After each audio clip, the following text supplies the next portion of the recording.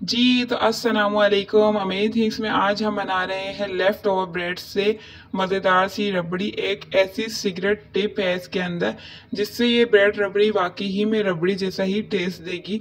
बहुत budget friendly ये रबड़ी है, तो रेसिपी फुल वॉच कीजिएगा ताकि वो सीक्रेट ट्रिक जो है आपसे बिल्कुल भी मिस ना हो और लेफ़्ट ओवर ब्रेड से मज़ेदार सी रबड़ी आपकी तैयार हो। तो उसके लिए हम पहले लेंगे दूध, इसको बॉईल करेंगे। जब इसमें बॉईल आ जाएगा तो इसका फ्लेम जो है लो कर देंगे और जो हमारी लेफ़्ट ओवर ब्रेड होगी, जो हम स्नैक वगैरह में अक्सर बच जाती है हमारी, उन्हीं ब्रेड को हम अच्छे से चॉप कर लेंगे। ज़्यादा बारीक चॉप नहीं करना, थोड़ी मोटी हो थोड़ी बारीक हो, इस तरह से ही बस हमने चॉप करना है। तो ये देखें इसके अच्छे से क्रम्स बन गए हैं और इनको भी हमने जो उबला हुआ हमारा दूध है उसमें शामिल करना है। उसको चम्मच चलाते हुए हमने इतना पकाना है कि दूध जो है ये थोड़ा सा गाढ़ा होने लगे। और इसमें साथ ही पिसी हुई इलायची जो है वो हमने डाल देनी है अच्छे फ्लेवर के लिए। और पिसी हुई इलायची डालने के बाद आपने बस इस पर चम्मच हर थोड़ी देर में चला के चेक करते रहना है ताकि ये नीचे से जले नहीं।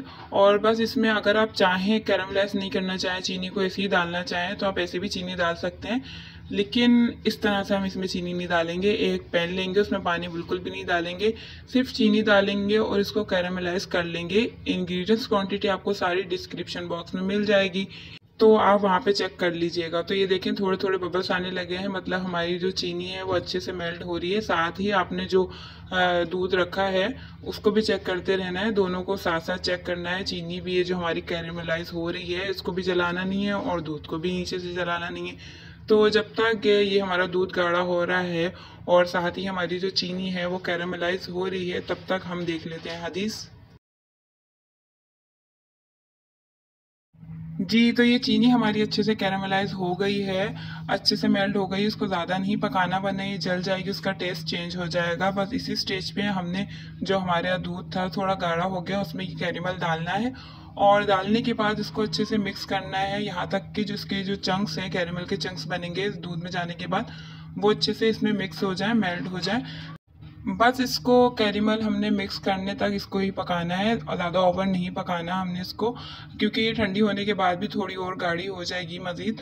बस हमारी जो रबड़ी है बिल्कुल तैयार है। इसमें जो टिप है और जो सीक्रेट था इंग्रेडिएंट्स जिसकी वजह से हमारी ये ब्रेड रबड़ी वाकई ही में रबड़ी लगेगी, तो वो आपको आगे चल के एंड में पता चलेगा। क्योंकि जब इसका मैंने यूट्यूब पे काफ़ी सर्च किया, ब्रेड रबड़ी सब इसी तरह से बना रहे थे। कैरेमलाइज करने से इसका फ्लेवर थोड़ा और अच्छा हो जाता है, इन्हेंस हो जाता है डिज़र्ट का, तो इसलिए कैरेमलाइज करके चीनी डालिए। अगर आप वैसे नॉर्मल डालेंगे तो शायद टेस्ट इतना अच्छा ना आए, कैरेमलाइज करने से ज़्यादा अच्छा टेस्ट आता है। उसके अलावा जब ये रबड़ी यकीन मैंने टेस्ट की तो थी तो अच्छी, लेकिन इसमें जो बाइट आता है रबड़ी का थोड़ा सा क्रंची सा आता है, जैसे हम खोया खाते हैं तो एक क्रंची सा बाइट आता है, वो इस रबड़ी में नहीं आया। ये रबड़ी बहुत ही ज़्यादा सॉफ्ट थी क्योंकि इसमें ब्रेड है। तो इसमें रबड़ी का फ्लेवर देने के लिए ये करना है बस छोटा सा काम कि इसमें अगर आप खोया थोड़ा सा डाल देंगे तो इसका फ्लेवर और ज़्यादा बढ़ जाएगा और बिल्कुल ओरिजिनल रबड़ी जैसा ही आएगा। बस थोड़ा सा खोया इसमें जाएगा, बस ज़्यादा नहीं जाएगा।